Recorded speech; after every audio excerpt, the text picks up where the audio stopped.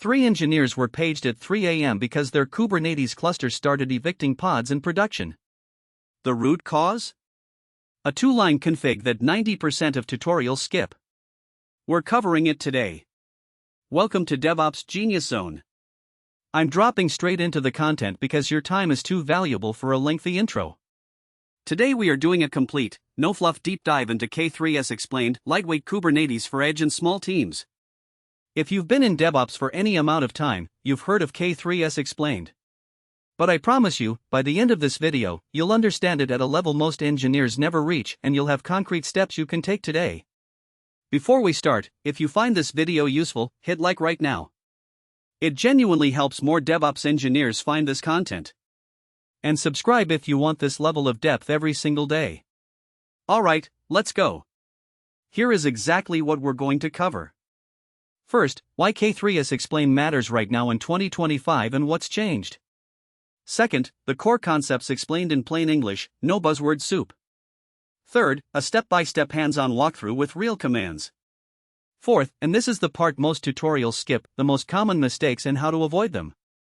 Fifth, the advanced patterns that separate junior engineers from seniors. And finally, a real-world case study that ties it all together. Let's get into it. Here is the context you need. The industry has shifted dramatically. In 2020, maybe 1 in 5 companies was running K3s explained in production.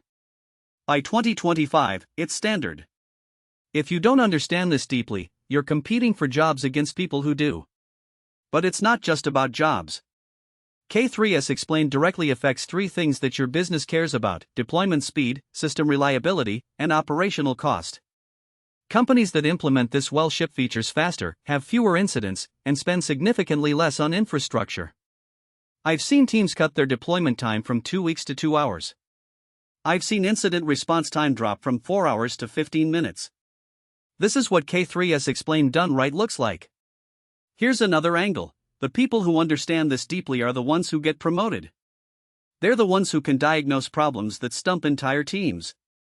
They're the ones who get called when production is on fire. That's where I want you to be.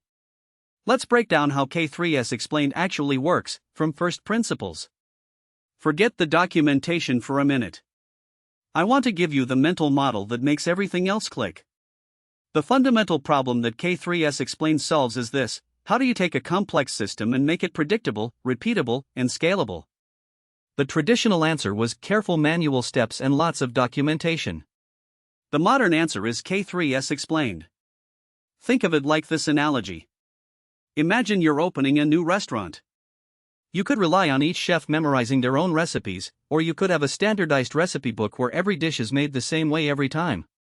K3s explained is that recipe book for your infrastructure and deployment process. There are 3 foundational concepts you need to understand before anything else. Number 1, declarative configuration. You describe the end state you want, not the steps to get there. This is powerful because the system can figure out the best way to reach that state, and it can self-correct if something drifts. Number 2, idempotency. Running the same operation 10 times should give you the same result as running it once. This makes automation trustworthy. Number 3, the reconciliation loop. The system continuously compares where things are to where they should be, and takes action to close any gap. This is how K3s explained achieves self-healing behavior. Once you have those 3 concepts locked in, everything else becomes a variation on those themes. Let me show you what I mean in practice. Now let's get practical. I'm going to walk you through a real implementation from scratch. Open your terminal and follow along. Pause the video whenever you need to. First, let's make sure your environment is ready. The prerequisites for this tutorial are a working terminal, Linux, macOS, or WSL on Windows, internet access, and the relevant tools installed. I'll call out each tool as we need it. Step 1, set up your project structure. Create a new directory and initialize version control. Every infrastructure project should be in Git from day 1. This is non-negotiable. Run in dir DevOps project and cd DevOps project, then git init. Create a README explaining what this project does. Future you will thank present you. Step 2. Create your initial configuration. I'll walk through every parameter. Don't just copy-paste, understand what each line does. I'm going to explain the reasoning behind each decision, not just the commands. This is the difference between an engineer who can follow a tutorial and an engineer who can build from scratch. Step 3. Validate before you apply. This is the habit that separates senior engineers from juniors. Always run a dry run or validation step before making changes to any environment. I'll show you how to set up automated validation so this happens in your CI pipeline without relying on human discipline. Step 4. Apply your configuration and verify the output. I'll show you what success looks like and how to diagnose the most common failures. We'll also set up basic monitoring so you know immediately if something is wrong. Step 5. Iterate and improve. Start with the minimum viable setup, get it working end to end, then add complexity. The biggest mistake I see is engineers trying to build the perfect setup before they've validated the basics. Stop for a second. If you're following along and you've hit a problem, drop it in the comments with your exact error message. I read every comment and I respond to technical questions. You're not in this alone. This is the section of the video I care most about. I've made these mistakes myself. I've seen others make them. I've helped clean up the consequences. Pay attention. Mistake number 1, skipping the plan and going straight to apply. I don't care how experienced you are, always review what your automation is going to do before it does it. This one mistake has caused more production incidents than I can count. Mistake number 2, using root or admin credentials for everything. Least privilege is not a buzzword, it's a discipline. If your automation runs with admin credentials, a misconfiguration can affect everything. Scope your permissions to exactly what each task needs. Nothing more. Mistake number 3, not having a rollback plan. Before you make any significant change, ask yourself, how do I undo this? If the answer is I'm not sure, stop and figure it out before you proceed. This is why blue-green deployments and feature flags exist.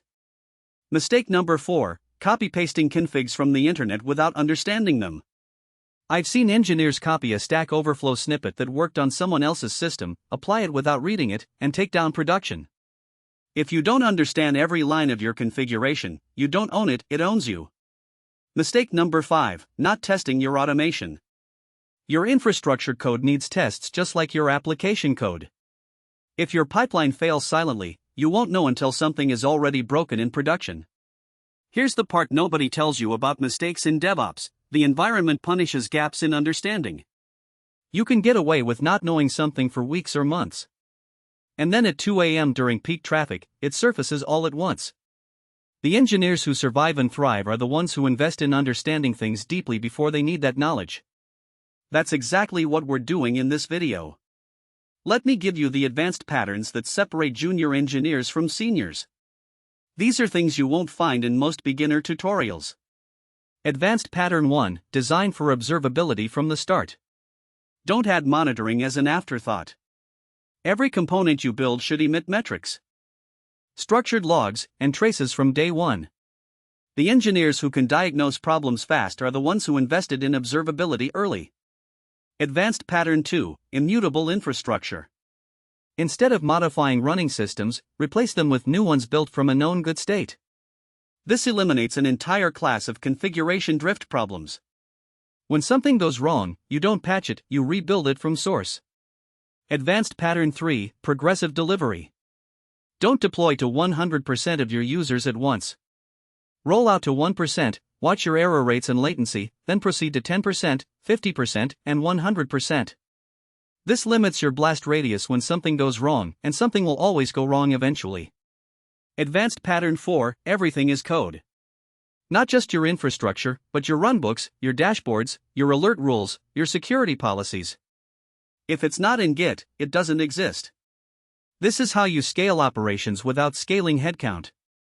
Advanced Pattern 5, Automated testing at every layer. Unit tests for your scripts, integration tests for your infrastructure, end-to-end tests for your pipelines. If you can't test it automatically, you can't trust it in production. Let me tell you about a real situation. Details changed to protect confidentiality, but the core story is accurate. A fast-growing SaaS company was handling about 50,000 users.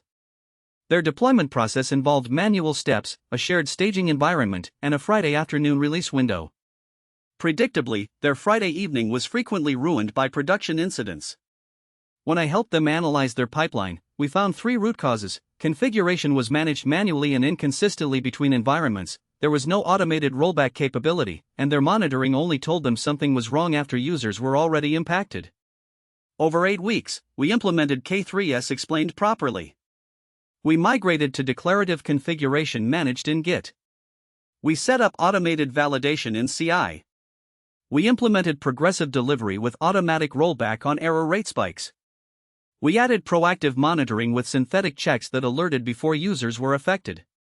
The result, deployment frequency went from once a week to multiple times a day.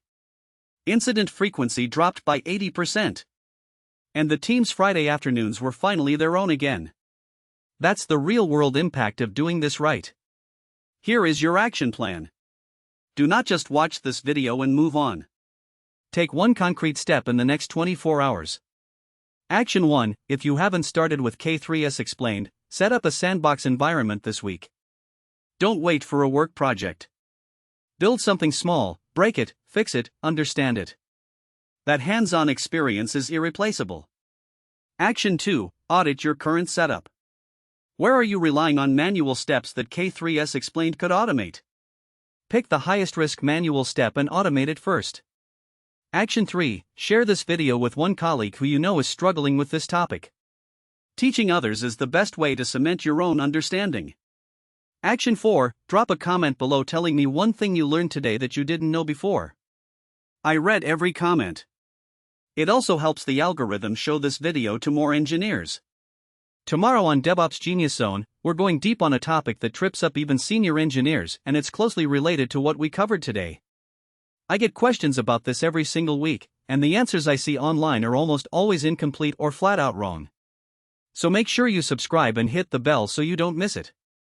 If today's video gave you value, please hit like right now.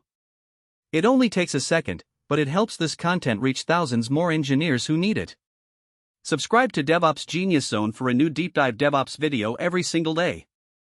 365 days, 365 topics, no filler, no repeat content. Thanks for watching. I'll see you tomorrow.